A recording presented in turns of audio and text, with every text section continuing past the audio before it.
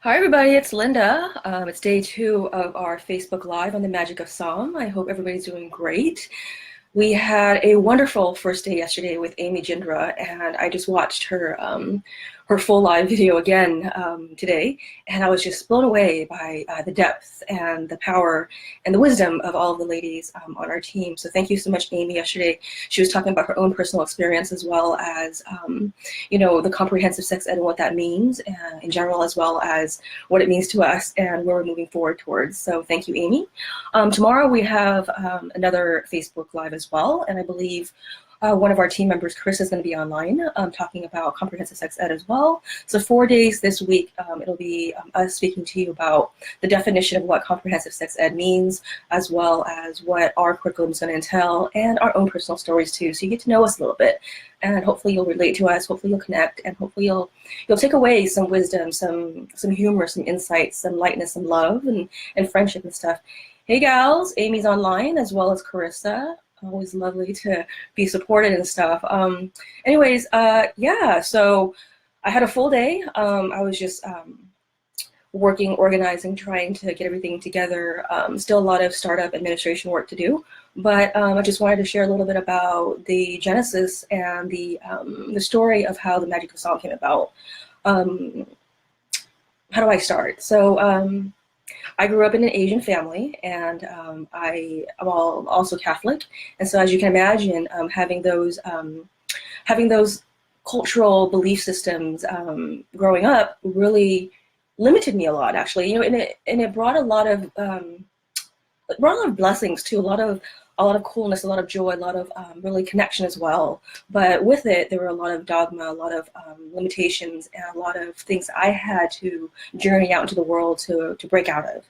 And there was always obviously that version of that horror situation where,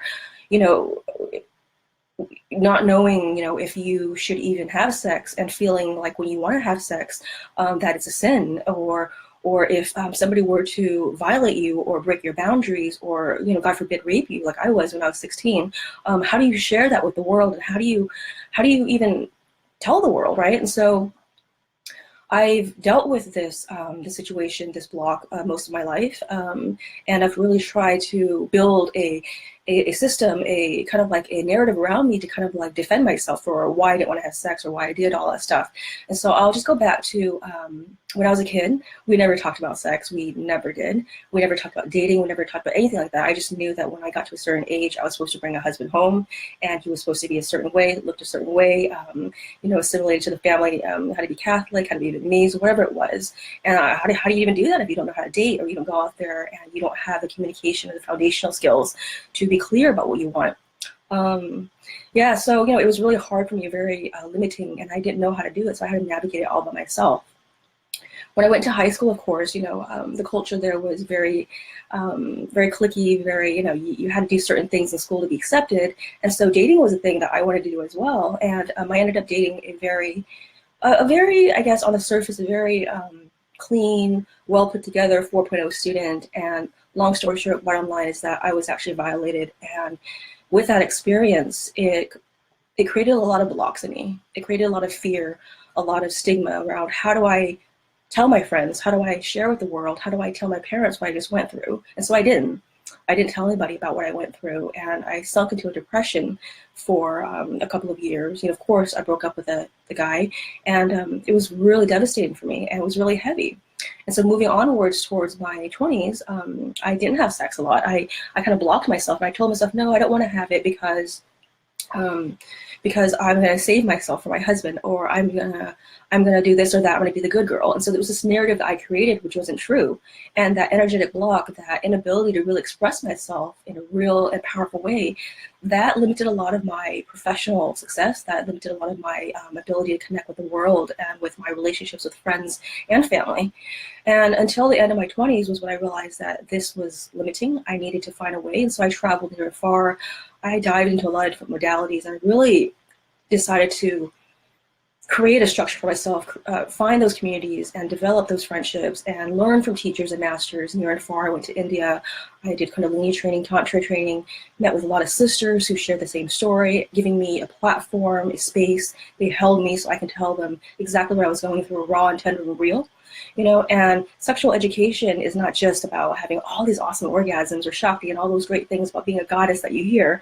And of course, that's one of it. That's a part of the empowerment, is that you get to show up in the world in a very powerful and beautiful, magnetic way.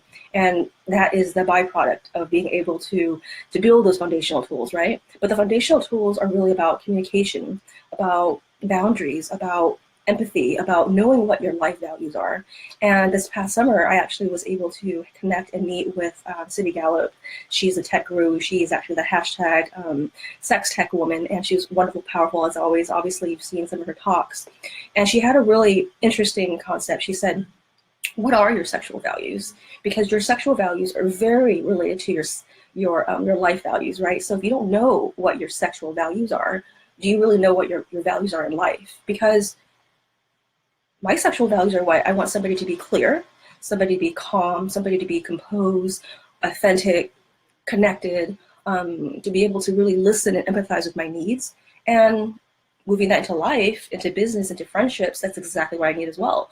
I need to be around a group of people who are clear, grounded, connected, has empathy, and understands that, you can tell me what you need. I can tell you too. And should we decide that we don't want to do that, we also can share that with each other as well without judgment.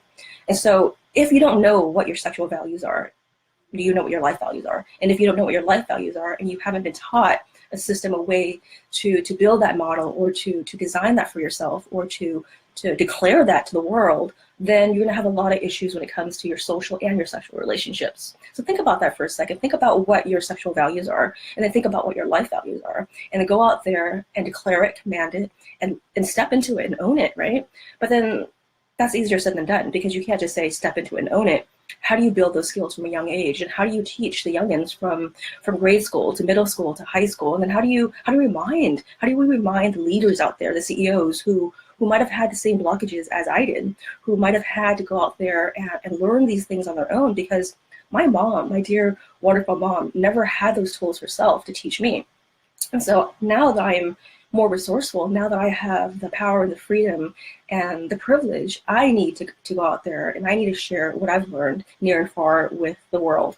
And so, in my 30s was when I finally owned my power. And I realized that it was my responsibility, literally my responsibility, to share this with my sisters, to share this with the world, near and far, on a digital level, global level.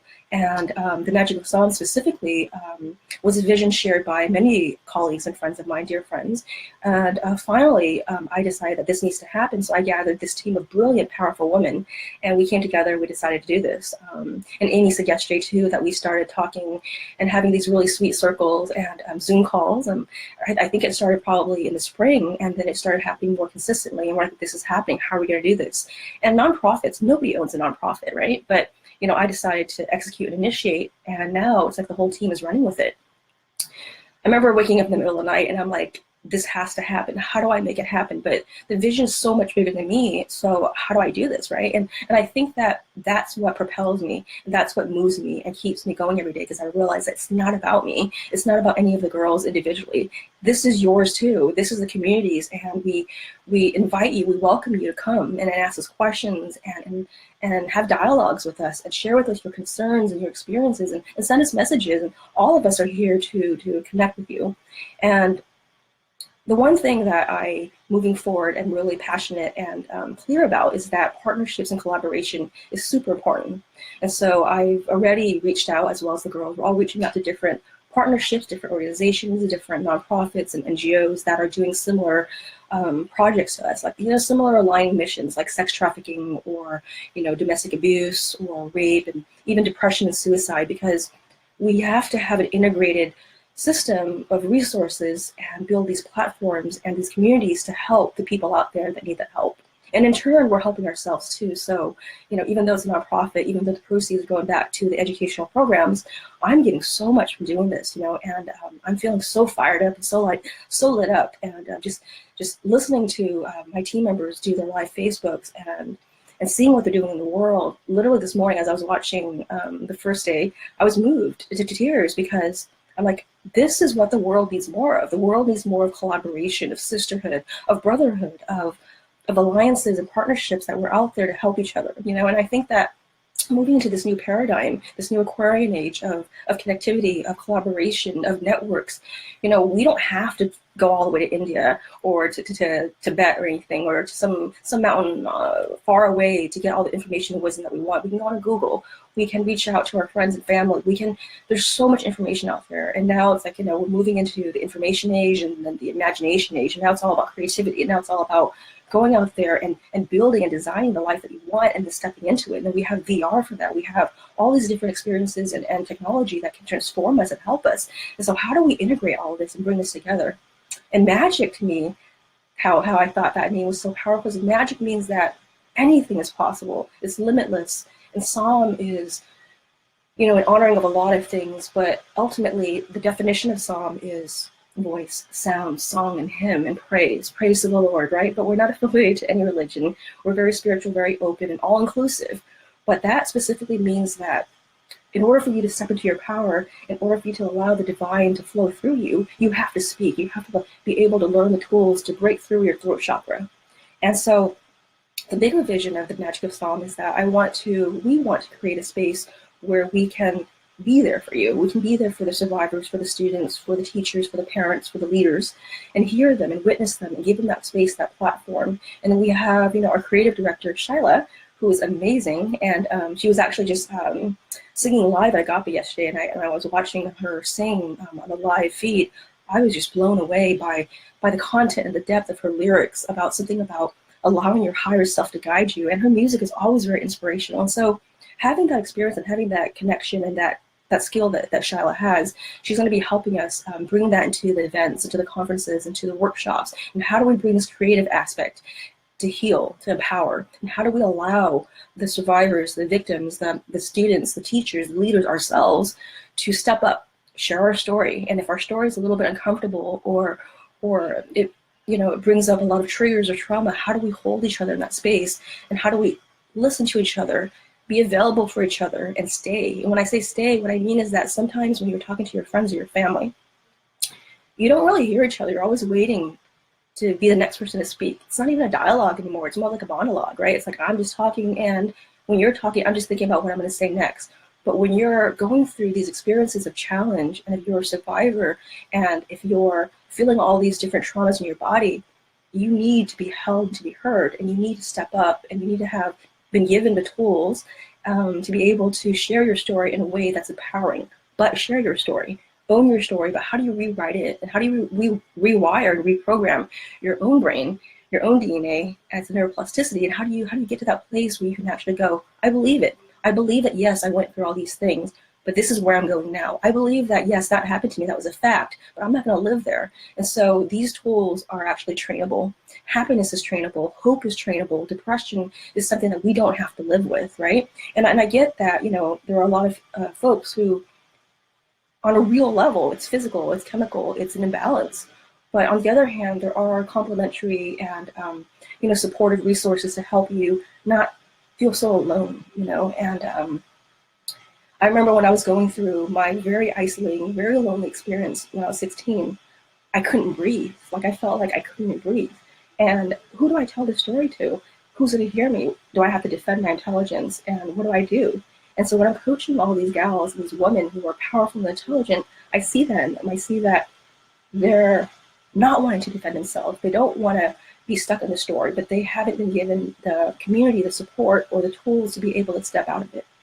And the magic of Psalm is going to be comprehensive. It's going to be very integrated, and it's going to be very connecting. And by that, what I mean is that the curriculum itself is going to be, you know, I think I have it right here. I'll share with you the curriculum real quickly.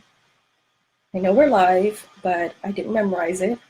So the curriculum, you know, for the first module, we did language, communication, and sex. So identifying emotions physiologically. How do you feel in your body? How do you respond when somebody says something to you? Like, do you just kind of shut down, or do you have to be able to know how it is that your body's feeling? So we teach meditation, we teach breathing exercises, and then if urban consent and communication, like You start very small. You start like, if somebody were to come over and grab your phone and they didn't ask you, how does that feel? Or somebody were to go over there and demand that you have lunch with them and you don't want to, how do you clearly tell them that I don't want to have lunch with you, or don't grab that apple from my table, or whatever it is. And when you're 3 or you're 4 and you're going to like these holiday gatherings, and, oh, go hug uncle this, or go do this, go do that. How do you teach our young and from a very young age that you can be clear and compassionate and kind, but you don't have to hug your uncle if you don't feel like it at this moment? And those things are conditioned in us, and moving forward into like our teens and our 20s, if nobody tells us that we own our body, we really do shut down and get paralyzed when somebody's forcing themselves on us, like I did. I'm like, well, I did date him. Well, I did go to his house. Well, now that he's forcing himself on me, and I said no 4 times, I don't know what to do. And there's a real actual thing called tonic immobility, where when you get to that place, you're paralyzed. And so when we share this to the world, we want to be able to be heard, be seen, be believed. And with this whole Me Too hashtag movement, I am so happy. I feel like a relief, like it's just like a release. Where like finally we have a community of women. Finally, the men are listening to us. Finally, we can share our story and not have to defend our intelligence, and to know that it's a real thing. So teaching the kids very basic about everyday social boundaries helps them when they move into their sexual relationships, their intimate relationships, and everything connects. And so we can't just dive into, this is what you do, this is where the penis goes, this is what happens, show them a banana. That's not enough. We have to tell them how they can connect that on a cognitive level, so they can understand that, okay, that makes sense. Okay, if I can say no here, I can say no there. Okay. And then in turn, if they know how to empower themselves and communicate in the bedroom with their partners, then they're able to go out there and command and negotiate and get the professional, whatever it is they want to do, right? In the bedroom, boardroom, it's all the same. So how do we get ourselves to understand these models? So we have to teach each other, we remind each other, and we have to make it age appropriate, of course, and that's what we're doing. And we have so many brilliant advisors, as well as Carissa Benelos, one of our amazing team members. She is a data nerd, right, Carissa? And she loves data, she loves stats, she loves all these things that she's researching, and so she's going to help us create an evidential curriculum. What that means is that starting from freshmen, we track them, we teach them, and we see exactly how they've increased, and it's in a very measurable way. So we're focusing primarily on empowerment, confidence, and communication. So we're going to track them every single year to see how they've increased, how they've advanced, how they've succeeded, and we can support you, the public, to know, okay, this is exactly what our program's doing. So we're still learning, we're still growing, and we have so many people supporting us, so we're really excited, we're really lit up about it. So the first module we did at a charter school a charter high school in LA, and it was phenomenal. The kids were just blown away. And I remember I was there with Miss Jennifer, and we were standing there, and we were doing the heart resiliency. I am affiliated with Heart Math as well, and I was teaching them the heart focused breath work.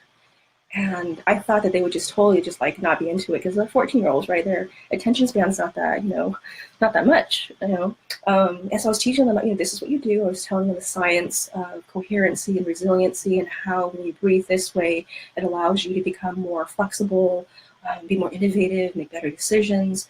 And they were just listening, and they're connecting the dots. I'm like, oh, okay, so if I do this physical activity, if I pause here, and then she's also giving me stats. She's also telling me about science. And so she's not treating me like an idiot, and she's not telling me I have to do anything. And so when you meet them where they're at, but also you respect them, age appropriate, obviously, we share things differently when we're hanging out with, grade school kids, or we're hanging out with middle school, or we're teaching high school, or we're going and we're doing corporate work. It's all very different. But at the end of the day, bottom line is that's the same foundational tools that sometimes we need reminders, sometimes we need to be introduced to.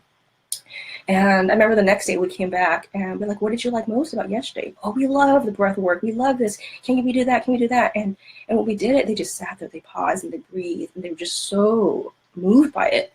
And I was looking out there, I was looking at the kids, and I was like, wow. And the girls, they were just like staring at us. Like they're just staring like, I can't believe that you're telling me that I own my body. Really, is this true? And they were asking questions, they're raising their hands. I'm like, yes, you own your body. And they're watching us, how we're embodied, and how we're standing there in command, and how we're clear, and how we're no nonsense, but also we're very compassionate. We stay, we listen, we're allowing them to share and engage and interact with us as well. We're not just speaking like a monologue and lecturing. We're running around, we're dancing, we're moving our body, and we're allowing them to do the same. And we're pausing a lot, asking them, what more do you need? How can I help you? And so my gals are online right now, Amy and Carissa, and they're posting links to their websites, our website, so that you can check it out, themagicofsound.com. And they're also putting down the donation link. We're at this place where we're wanting and needing your support, whether it's your time, your love, your friendship, or your money, because we are trying to scale and build this up. So yeah, I just want to mention that to you so you can take a look at the comments section. But back to the first module was language and communication, and that was just beyond powerful. And the second module will be happening in January, and we're going back to the schools again. And Carissa's going to be joining us this time so that she can observe and teach as well and come back and support us with developing more of the curriculum. And the second one is going to be around gender, culture, and sex, right? Language, communication, and sex, and then gender, culture, and sex. And what does that mean? That means, obviously, human sexuality and anatomy. We're talking about, sex versus gender, very different things. Cultural beliefs, narratives, biases, and how they impact us. How our beliefs impact our rational thinking, and how do we shift that, and how do we connect and be able to sympathize and empathize, or know that there are multiple different belief systems, multiple ways of being in our body, in the world, right?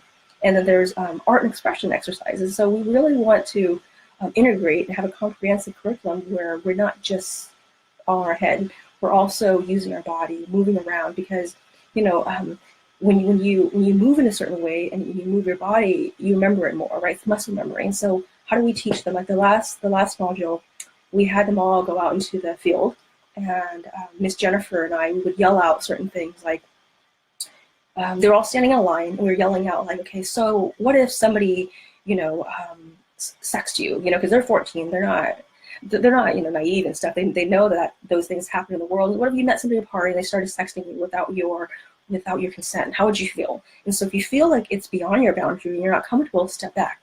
And if you feel like it's okay, step forward. No judgment. We're all different. But you need to feel in your body right away. Don't look at your friends. And whatever it is you feel out of reflex, move forward or move backward. And they were just like so into it. And we're just like, don't look at your friends. This is you. It's all you. Whatever you do, it's perfect. You're perfect. You just have to trust yourself. And in order for them to be able to get to that place where they can trust themselves, they have to be able to connect all those things that we're teaching them in their brains to their bodies. And how does their body move in the physiological level? How are they responding? Are they feeling heat in their body? Are they feeling uncomfortable? Are they feeling excited? And we're talking about emotions, the different vocabulary. Like, how does it feel when you're feeling ecstatic? Or how does it feel when you're feeling calm or mellow? And we showed them, via little skits and stuff and moving their body. And all these things, eventually they'll connect. They'll go, oh, that makes sense. Oh, right now this guy is trying to dance with me, but I don't want to. And I'm feeling the heat in my body.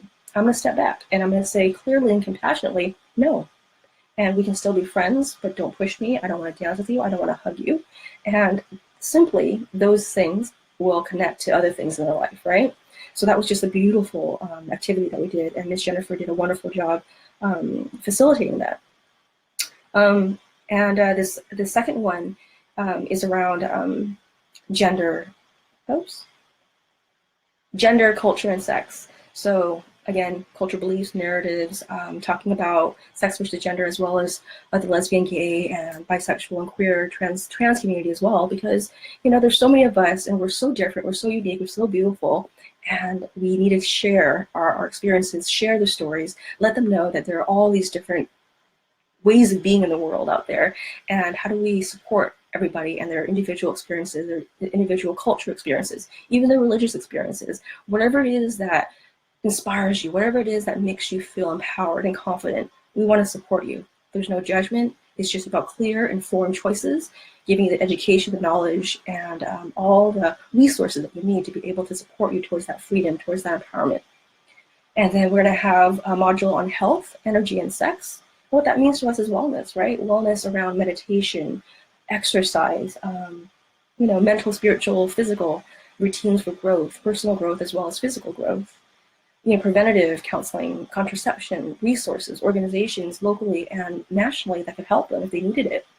And STDs, of course, prevention and maintenance, and life energy. What is life energy? Life energy is just how do How do you maintain all that energy in your body? You know, that whether it's anxiety or it's excitement or that fear or whatever it is in your body, how do you maintain that energy? Or if you're feeling like you're horny or whatever it is that you're feeling at that young age and you're not sure what it means, we're going to help you define it and clarify what it is. And also, how do we use it? Not just for, sexual activity, but how do we help them, redirect all that energy towards creativity, towards schoolwork, towards, building things together and creating. So that's life energy to us. And then finally, we're teaching about freedom, power, and sex. And what that means is confidence, being able to be clear and to be in command and to step into their body and embody that magnetism, that power, that expression, that true them that they know they are, And, recently I heard this really amazing line. It just says, there's so much inside of us. There's so much power and love and confidence and everything inside of us. It's just blocked. It's blocked from all these illusions, all this blurriness, all this confusion that we're so afraid to just step out into the world, to share with our friends and family and the public what it is that we truly want and need. And how do we step away from that very old and limiting way of being? How do we allow our next generation and allow ourselves to be able to be more free and clear? There's so much inside of us. There's so much power, so much wanting to emerge. And at the Magic of Psalm, we want to be able to cultivate and create and develop a culture, an organization, a community, a connection, a lot of resources, and a platform that will allow and encourage and remind everybody that they have the power. They can step into their power. This is how you do it. These are the foundational tools. This is how we'll help you.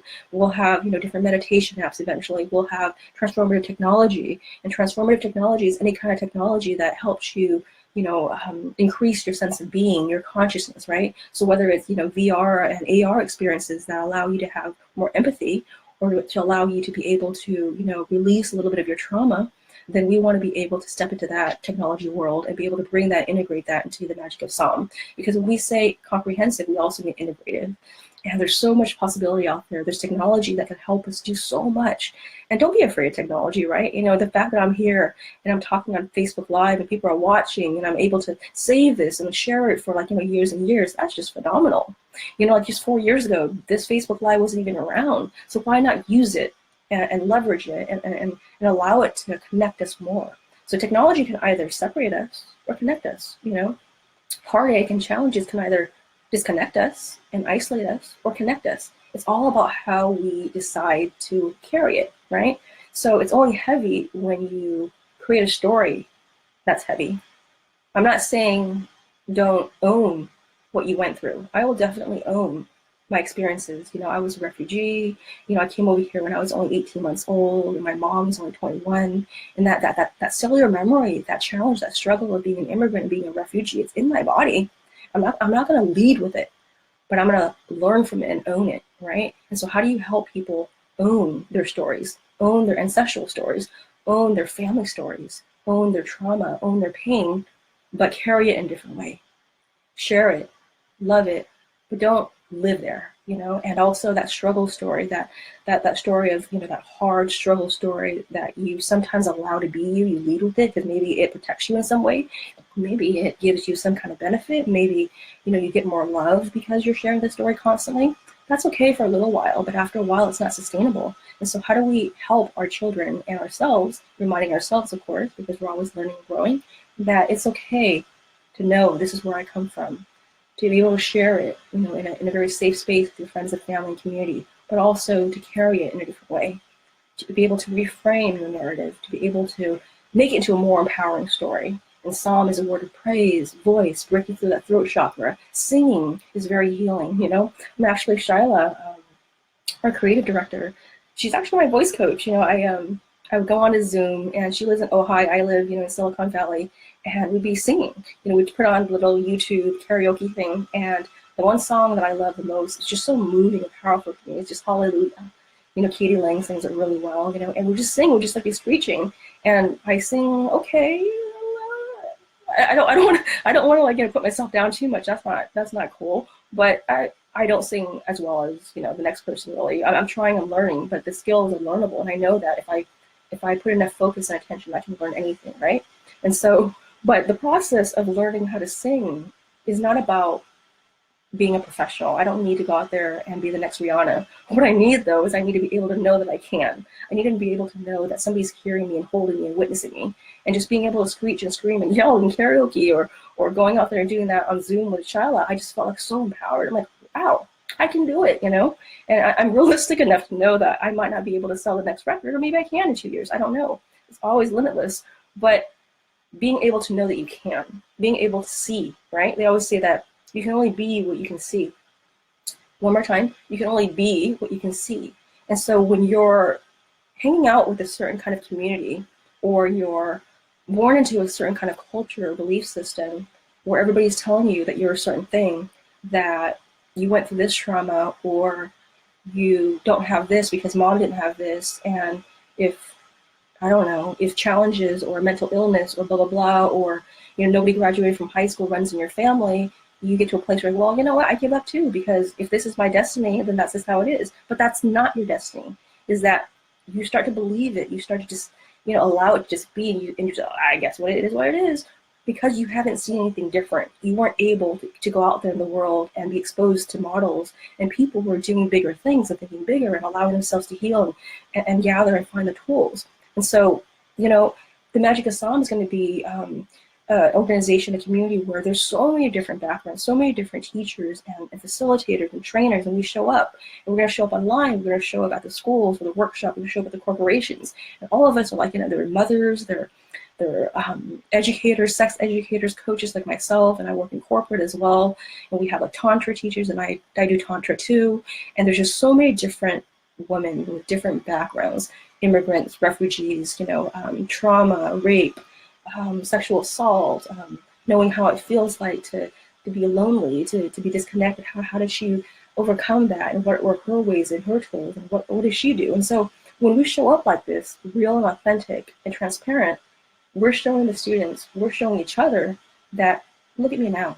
You know, I'm not perfect, but look at me now. These are the tools that I use, and what tools did you use? And so when we're able to see models of success, we're able to more easily reach it, right? And so we have to show the children, the next generation, and remind ourselves that there are multiple ways of being. There are models out there that, you know, were able to reach success overnight. And so it's possible. And so everything is possible, right? And so it's all about knowing how and what they did, what steps they took, and we can easily execute it. And we don't have to reinvent the tool. We don't have to struggle. We can do it in a way that's effortless and easy. You know, I always say, let it be easy. Let it be easy. And my mentor, one of my mentors, he's Tolly Birkin, and he was the founding father of fire walking. He actually brought fire walking to the West. And he actually taught Tony Robbins, and he taught me too. I got certified. And we always say, let it be easy, you know, because if you walk through the fire and you're running because you're anxious and you're nervous, what happens? You will burn yourself. And if you're timid and you just kind of like, oh, you know, push and pull, and you don't want to do it, what's going to happen? You're going to burn yourself. But strangely, if you just kind of chill the hell out and you learn how to chill the hell out, and you breathe or sing, you walk through the fire, you do not burn yourself. I have not burned myself once, and I've walked on over 300 fires already. I haven't done it in a while, but I've done so many fires, and I've never once burned myself. But yet, another girl might, and the other dude might, who walks too slow, who walks too fast, who too anxious. And so what I do, my trick is I just sing. I sing on a neurological level. My frequency, my energy moves, and I'm able to just like, boom, I'm done. And it's the same thing. If I'm able to see the end of the walk, if I'm able to see the finish line of the marathon, I can do it. If I'm able to see my book being completed, if I'm able to actually visualize it, or if I'm able to see that my uncle or my dad or, you know, one of my mentors actually built that company, or they succeeded in that thing, then I know that it's possible. But if I'm always stuck in tiny little communities that are limited, and I'm always like brought down, you know, how do I know, right? How do I know? And so I have to be bold enough and be brave enough to have the role models to allow me that possibility, to pull me out of that little, you know, that little comfortable or limited box. And so at the Magic Assam, it's not just about comprehensive sex education. It's also about empowerment. It's also about confidence. It's also about giving the next generation, giving ourselves, reminding ourselves that anything is possible, that we are here to support each other. We are here in collaboration. We are here in connection, and we want to support you. We want you to support us in whichever ways that you think we will need to. And so, if you're hearing anything here that resonates with you, if you're hearing anything that resonates with you yesterday with Amy's live Facebook, or with Carissa's, or Jennifer's, or Cecilia in the days to come, reach out to us and go, hey, something you said actually really, hit something in me, and I wanted to share something with you, and I have a resource, or I have some feedback that I think that you might be able to use, and maybe there was a word that you said that I didn't understand, and can you really elaborate for me because you were speaking too fast, Lynda, or whatever it is. And I know that there's a lot of growth, a lot of improvement that us as a whole community and individuals, we're still learning and striving, and we're perpetual students. So come to us and talk to us and share with us your insights, your wisdom, because we have so much to share. And so moving forward, it's all about collaboration. It's all about connection. And so that's what the magic of Psalm is about. It's about comprehensive, integrative, and connection. And doing it and bringing it in a way so that we can have a whole wellness, powerful, confident sense of being embodied in inner body, and being able to show up as authentically and real as we can. Being able to share that story that, hey, this is what happened to you when I was 16. What do you think about it? Can I share it with you? And then move forward, right? And then go, okay, now I know that she hears me, she sees me, I'm witnessed. Now I can move forward and create something bigger and use that struggle, that challenge to be compassion and transmute that energy of fear, of loneliness, of insecurity into something of love and action. And so for me, whenever I go through challenges, or whenever I'm feeling really lost and alone, and I think an activist, I forget her name, but she said, whenever you're feeling helpless, help somebody else. Whenever you're feeling helpless, help somebody else. And so anytime that I'm feeling like stuck in my own story, or in my own, challenges, I always go, okay, so you know what, this is what I'm feeling, so why don't I go out there and build something and create something, or connect with a community, or do something so that I'm not thinking about myself anymore. That's my medicine. My medicine is love is action. Healing is action. And action doesn't mean like aggressive, going out there and like boom, boom, boom, get shit done, be a diva. That's not about it. For me, connection, and it's not connection. Action, coming together for a cause that's bigger than us, and that's healing to me. And I know that if I was able to heal, I was able to own my story and share my evolution with the world, you can do it too. Because if I was able to do it, I know you can. And I remember it was just so funny because probably just maybe 4 years ago, I remember I had a lot of colleagues who were doing work around sexual education, empowerment, and I was doing it too, but I was doing it privately more so back then. I was working more in like healing in regards to like subconscious, I'm a hypnotherapist, I do NLP, so more like, neurolinguistics and like all that stuff. But then I really knew that I needed to dive more into the community and help and do sexual empowerment work too, and to educate myself as well as other people. So I was helping, behind the scenes, and they would tag me in these posts online. And I remember specifically saying, hey, you know what? I'm all cool about supporting you, but just don't tag me. And I was so afraid that the world would know that this is what I was doing.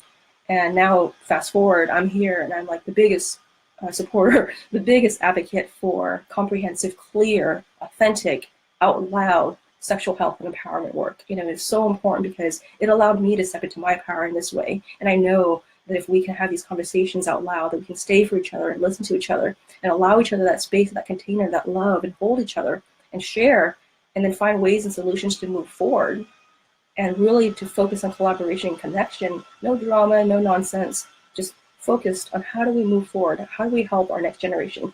How do we heal ourselves? How do we share this with our older generation, our parents maybe? I share these stories with my mom all the time, and she's just like, a little bit confused, But you know what? Eventually it absorbs. Eventually she'll get it. Eventually it'll register. But it's not about whether she gets me right now or not. It's about me being able to share my authentic truth with her. And I wasn't able to do that just maybe 5 years ago. 5 years ago, I would just do my own thing. I would do my own work. But now I'm like, integration is about being able to show up everywhere exactly as you are. I'm not going to compartmentalize myself anymore. That's not healthy. And in certain cases, it might be a little bit, you have to focus and take care of shit when you have to take care of it, right?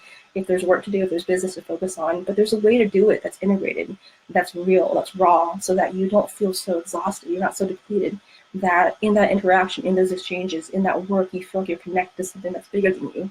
And that's how I think that I pretty much keep my sanity, is that I need to show up in an integrated way. I need to do it so that I feel connected to something bigger. And that's what we're going to teach our students about their own physical, physiological, mental, spiritual health, as well as how do you show up with all those different things, and how do you pick and choose and release the things that work that don't work, and how do you know that it's your ownership and your responsibility, but as well as it's your right. It's your right to be able to say no to that belief and toss that out and then pick that one up and then learn over here and go and seek models and ways of being that might help you for whatever evolution or phase that you are in your life, right? Because we're shifting and changing all the time. Like I literally personally have changed lifetimes in this one last year. And so imagine, these children, they're going through so many things, and 14 to like 20 is such an impressionable age that we have to be able to share with them all these different ways of being, all these models, all these powerhouses out there. Like, this is what you can do. You're not stuck in that little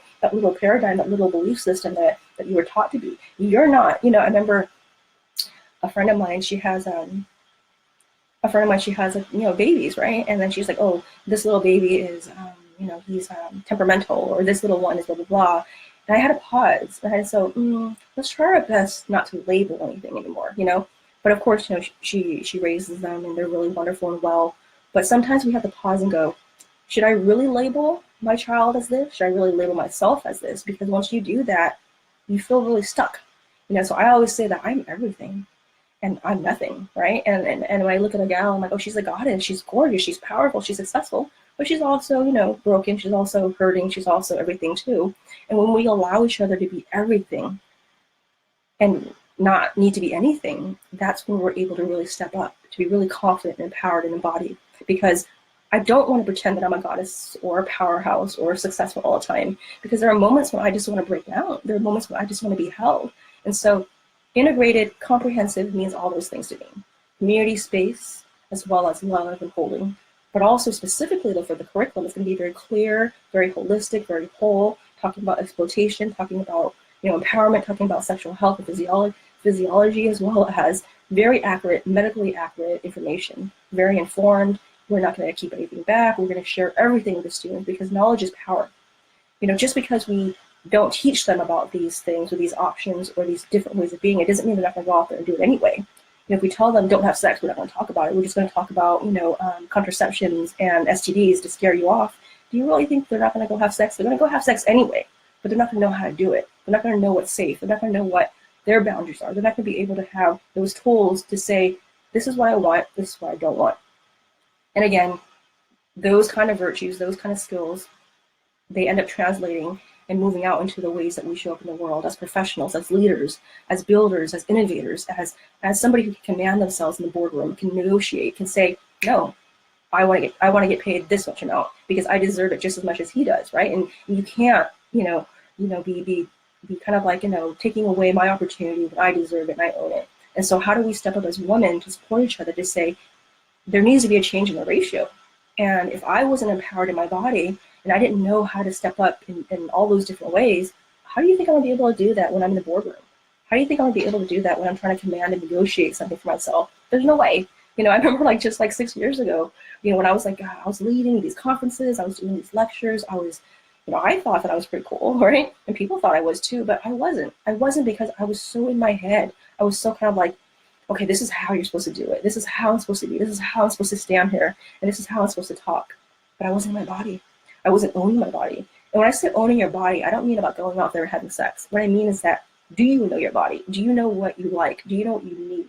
Do you know how your body feels when certain things happen to it? Do you know how you respond to certain stimulation? All those things are super important. And until you can connect to your body and make friends with your body and allow yourself to feel the pleasure and the pain and everything of this human experience and literally in the body, then you can't go out there and lead and be in a very empowered way. And so moving forward, 6, 7 years later, I'm like, oh, the difference is just dramatic for me. And the people that I'm around see it too. I still say kind of the same things, but with a lot more fire, a lot more fierceness, but a lot more compassion, because I see them. I know what I went through, and I'm able to show up in a way in my body that I can feel what they're feeling. I can also feel myself and know what my boundaries are too. So essentially, that's what comprehensive, that's what integrated means, that's what embodied means to us. And all of us are practitioners and coaches in our own way. all of us have gone through those personal growth, development training programs and everything too. So we're very, very connected to that concept of being embodied, right?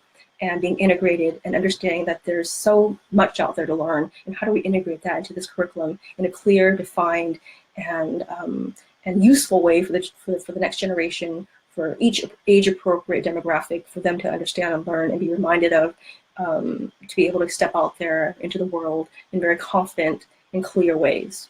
And so our programs, we're going to start from grade school. For grade school, we're going to have, workshops, assemblies, and then, middle school, certain things that are age appropriate, leaving out certain things, but sharing with them ways to connect to the world and their social relationships and how that will later on connect to their sexual relationships. And then high school, our curriculum, very clear, very defined, having really great developers and Carissa leading that with like PhD students and advisors supporting us. And then moving up to, parents. How do we educate parents to feel more grounded and empowered and knowledgeable so they can share and impart this information to their children too? Or if their children have certain questions, they can actually answer it without getting triggered or getting kind of nervous, because that's what parents do sometimes, because it's a really uncomfortable conversation. So how do we teach them those emotional tools, right? And then the teachers to help them facilitate for us as we start scaling and moving this digitally. We'll be, pretty much training the teachers to teach the students. And then how do we train and remind and support and give resources to leaders and teams and stuff, and how do they connect to the world, and how do they understand boundaries and sexual harassment issues, as well as their own empowerment and their own energy management and self-regulation, and using that energy, that life force, to be able to move it out to the world in different ways. How do we recognize that in our body? So pretty much that's it. For today, we're just pretty much tapping into what comprehensive sex ed means to me, what our vision is moving forward as we scale, as we digitalize, most of the curriculum, and as we start, integrating technology and get different kind of like apps and experiences to help the user, to help the participants feel like they're held, that there are resources that they can choose from, there's options they can have, and also the knowledge and the tools for them to go out there in the world and apply it in real ways, right? And so, I'm pretty much, set with what I need to say, unless there are any questions or anybody wants to, share anything. I think there are only a couple of people online, but Amy, if you have any thoughts, if you think that I missed anything, let me know. But ultimately, that's what comprehensive sex ed means, and that's what integration means. That's what embodiment means. And we're really excited. We're really excited for these next 30 days. Again, like I said on my personal page the other day, that I haven't done a Facebook Live in like over a year. This past year, I've been working through a lot of other different things in my own personal life. But I was really kind of nervous myself. I'm like, oh, I don't know how I'm gonna look, or how I'm gonna say, or sometimes I speak too fast. How should I really move through this? But this is so important to me. So I'm just so important. This is necessary.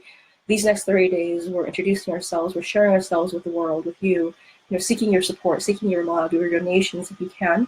We'd be very grateful for that. We're trying to raise a certain amount of money to help us with our project, to help us with the workbooks, to help us with materials for the students, as well as ways for us to invest and digitalize everything too. And so we're moving in a really powerful and optimistic and hopeful way, because there's a lot of interest, there's a lot of people that want to support us, and so we're really excited. But if there's any way that we can support you, or we can share with you more information that you think you might need, let us know, because it's all about hearing and listening to what the public needs too.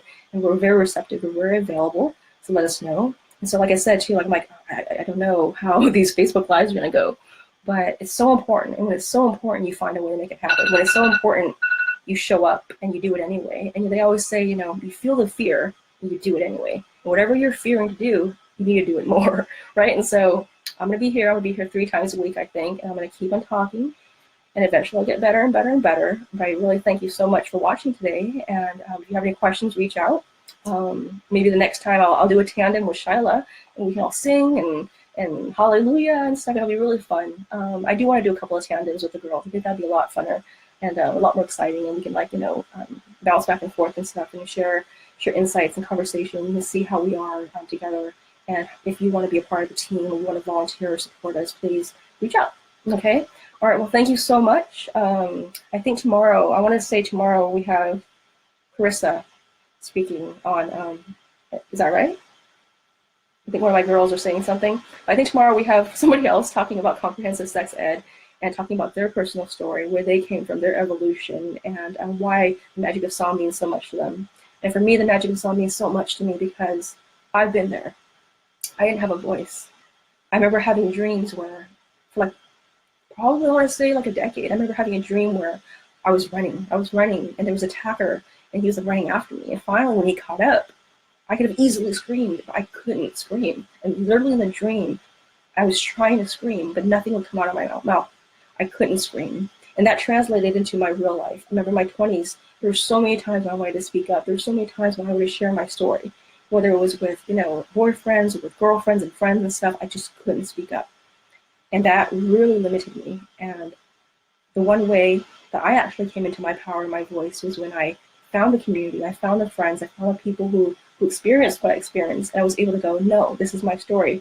And everybody held me, and I shared it, and I stepped into it, and I told it more and more and more. And the more I told it, the more comfortable I became. And the more I told it, the more I was able to, change it and redirect the narrative a little bit. We're not changing the facts. The facts happen, but we're reframing the story so that we can actually move it forward, so we can actually use it to level up, to be able to support other people, to be able to empower ourselves in a more powerful way. They always say that, your greatest, what is that?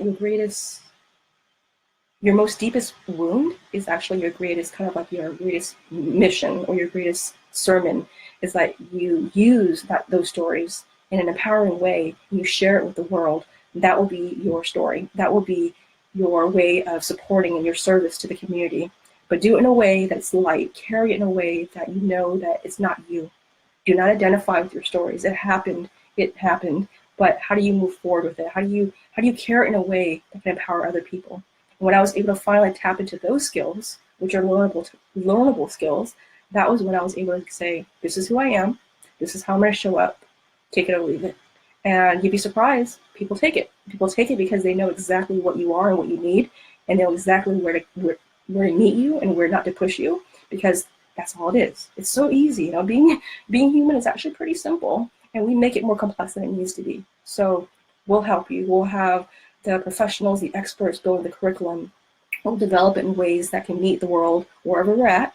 Right now there's a lot of energy around sexual harassment, a lot of energy around sexual violence and the women speaking up and changing the ratio and diversity, and it's so amazing. And so right now we need to really focus on how do we protect ourselves, how do we be clear, and how do we step up and hold each other and empower each other as women and men, the supportive male allies, but specifically as sisters. How do we step up and how do we support each other, and how important is that for us to hold each other, for us to let go of all the drama, all the BS, all the ego, step up, hold each other, help each other, because when one woman becomes successful, all of us will be, because she's breaking the barriers for us. She's becoming successful, and it'll open up doors for us too. So if I leave you with anything, I leave you with the fact that empower others, empower yourself, and carry your stories in a very light and airy way, because you are not your stories. You are not the content of the ocean. You are the ocean. You are the ocean. And so when you're able to tap into that consciousness, that level of knowing, you'll be able to go out there and be your true authentic self and allow yourself to emerge and radiate in powerful ways. So I'll see you again in a couple days. Really excited for this next 30-day. And thank you so much. Thank you, girls, my moderators. And yeah, have a good night, and I'll see you soon.